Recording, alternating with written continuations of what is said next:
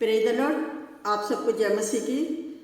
प्रभु यीशु को धन्यवाद करते कि खुदावन ने फिर ये सुंदर समय दिया कि हम फास्टिंग प्रेयर के साथ आप सबके लिए प्रार्थना कर सकें। तो मैं परमेश्वर की बड़ी दया अनुग्रह के लिए धन्यवाद करती हूँ। और अब सब आनंदित और मगन होंगे कि पिछले महीने में प्रभु ने आप सबको आशीष दी होगी और इस महीने में भी प्रभु मार्च के महीने में भी आपको आशीषित करे।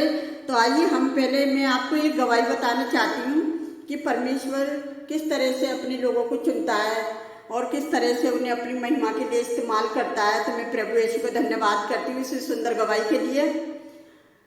जब भी मैं बाजार मार्केट में किसी दुकान पर सामान लेने के लिए जाती हूँ तो लोग मुझसे सवाल करते हैं कि मतलब तुम किस जाति से हो।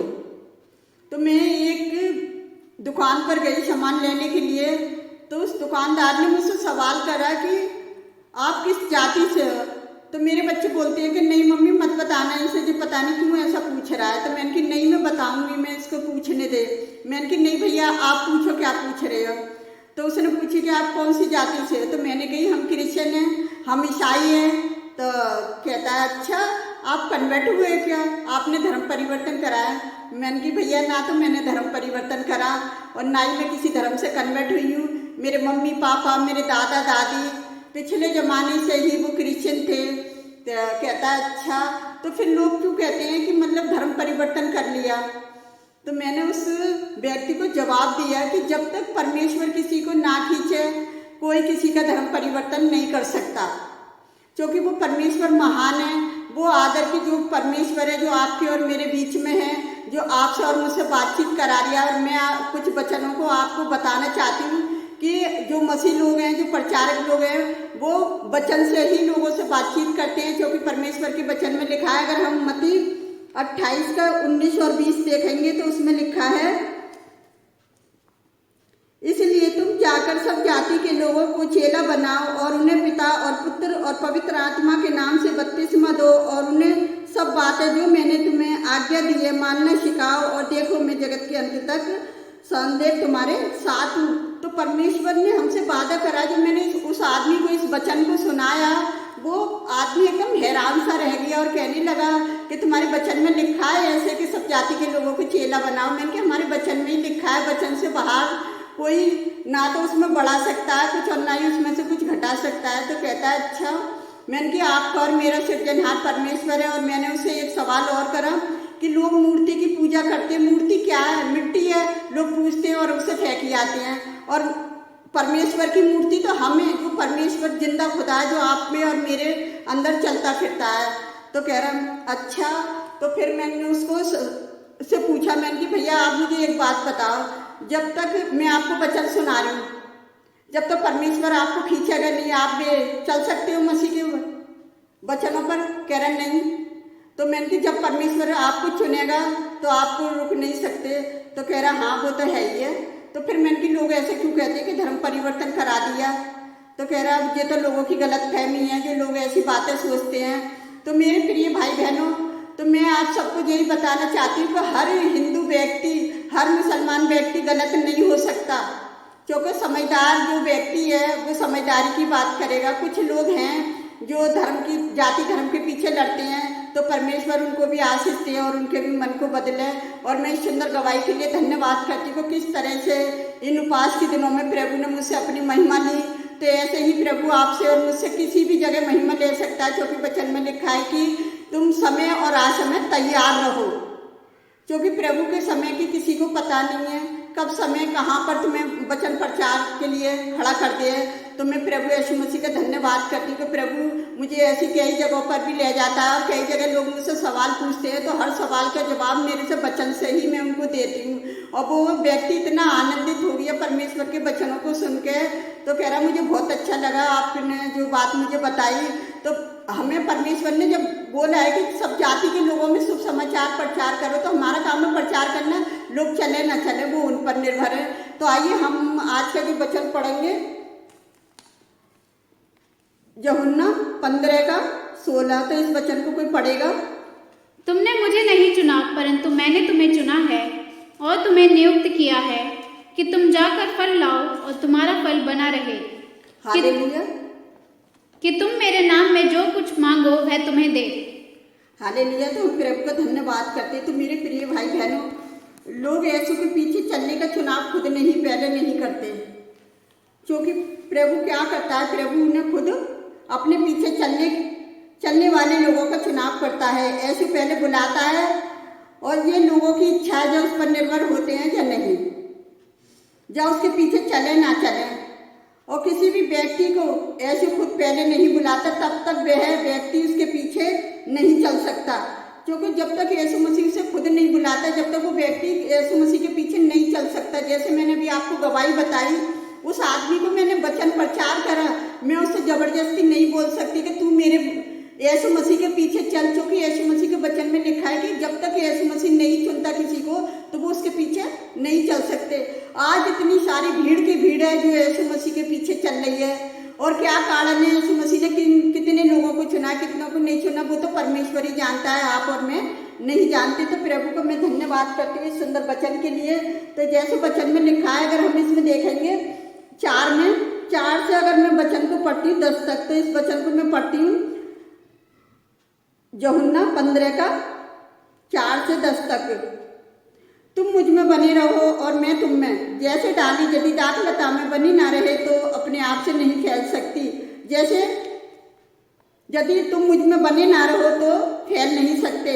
मैं दाखलता हूँ, तुम डालिया हो, जो मुझ में बना रहता है और मैं उसमें बहुत ही फल फैलता है, क्योंकि मुझसे अलग होकर तुम कुछ भी नहीं कर सकते। यदि कोई मुझ में बना ना रहे तो वह डाली की नाई फेंक दिया जाता है और सूख जाता है, और लोग उसे बटोर कर आग में झोंक देते हैं और वे जल जाती है। यदि तुम मुझ में बने रहो और मेरी बातें तुम में बनी रहे तो जो चाहे मांगो वह तुम्हारे लिए हो जाएगा। मेरे पिता की महिमा इसी से होती है कि तुम बहुत सा फल लाओ, तभी तुम मेरे चेले ठहरोगे।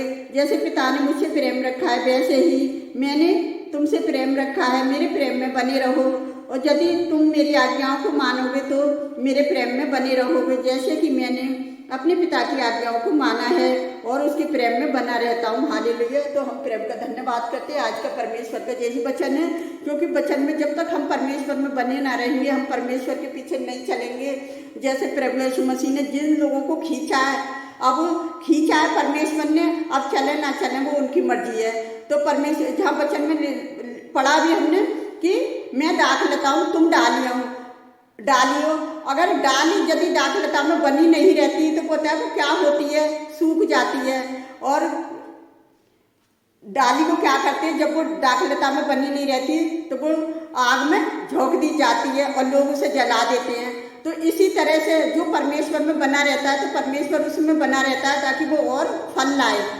अगर हम परमेश्वर में रहकर तो कुछ भी नहीं कर सकते, उसके बिना हम कुछ भी नहीं कर सकते। अगर हम परमेश्वर के साथ अगर हम जुड़ के चलेंगे, जैसे अभी दाखलता और डाली के बारे में बात हुई है, यदि एक पेड़ है, पेड़ में पानी देते रहो तो वो हरा भरा होता रहता है। तो इसी तरह हमें हर रोज प्रार्थना की जरूरत है, हर रोज परमेश्वर के वचन की हमें जरूरत है कि वचन में जब तक हम बने ना रहेंगे, जब तक हम वचन को पढ़ेंगे नहीं तो हम यीशु मसीह के बारे में जानेंगे कैसे, क्योंकि पहले वचन को और यीशु मसीह को जानना जरूरी है। और जब हम उसे जानेंगे तो प्रभु तो हमारे लिए आशीष, आसमान की झरोखों से आशीष की ऐसी वर्षा करेगा कि लोग अपने आप में आप खींचे चले आएंगे। तो मैं प्रभु का धन्यवाद करती हूँ कि हमें प्रभु में बने रहना बहुत जरूरी है, और अगर यदि हम प्रभु में बने ना रहेंगे तो हम कुछ भी फल नहीं लाएंगे। तो प्रभु कह रहा है मेरे पिता की महिमा इसी से होती है कि तुम बहुत सा फल लाओ।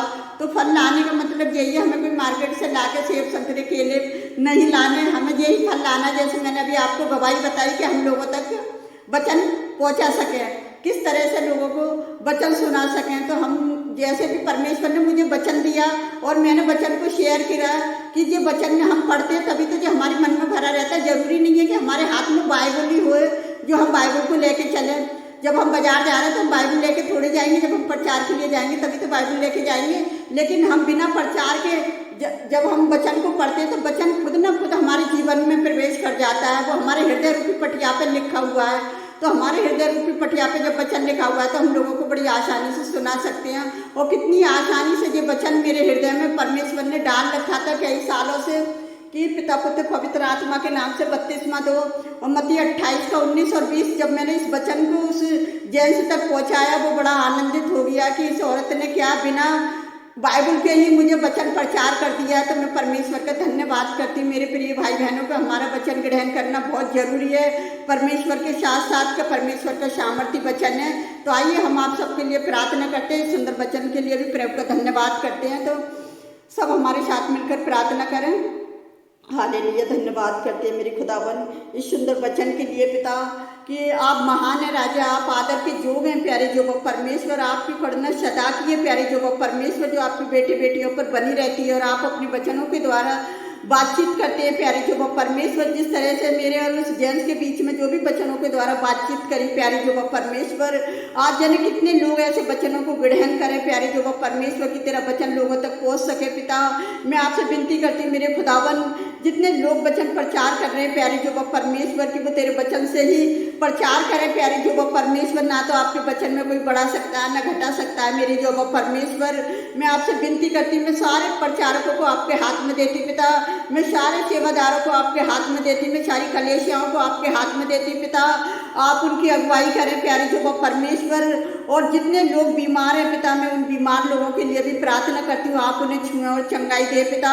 और मैं दिव्या के लिए प्रार्थना करती हूँ जो गुजरात से है पिताजी, वो गुजराती है मेरे जो परमेश्वर। किसी भी जाति में से लोग क्यों ना हो प्यारे जो परमेश्वर, जो आप पर विश्वास करता है वो आपके बेटे बेटियां हैं प्यारे पिता परमेश्वर। जब मैं प्रेयर रूम में प्रार्थना कर रही अपनी, तो पिता जिस तरह से आपने मेरी अगुवाई करी प्यारे जो परमेश्वर, की दिव्या को आप चंगाई देने जा रहे हो प्यारे जो परमेश्वर, तो वो आज सचमुच सालों से खड़ी ना हो पाई पिता, आज वो खड़ी हो जाए यीशु नासरी के नाम से प्यारे पिता परमेश्वर। और जो एक ने और रिक्वेस्ट भेजी है प्यारे जो परमेश्वर, उनकी रिक्वेस्ट को भी मैं आपके सम्मुख रखती हूँ प्यारे जो परमेश्वर। आप उनकी भी समस्याओं को दूर करें पिता। आज जिनके बच्चे नहीं बोलते वो बोलने लग जाए पिता, जिनके बच्चे चल नहीं सकते वो आज चलने लग जाए यीशु नासरी के नाम से पिता। आज अंदर देखने लग जाए प्यारे जो परमेश्वर। आज प्यारे जो परमेश्वर लोगों के जीवन में बड़ी हीलिंग हो जाए पिता, कि तेरा जो वचन प्रचार करना व्यर्थ न जाए, एक आशीष बन जाए मेरे जो परमेश्वर।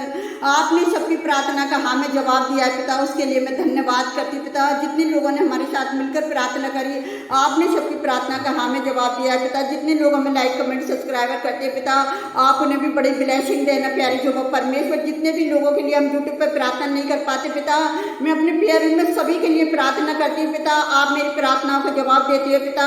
उस सारी आशीषों के लिए भी मैं आपका धन्यवाद करती हूँ मेरे खुदावन। आपने हमारी प्रार्थना को सुना और कबूल किया, उसके लिए भी मैं धन्यवाद करती पिता। मैं जो भी मांगती है इसको पवित्र और सामर्थ्य नाम पर आमीन। प्रभु आप सबको बहुत ऐसी आशीष दे।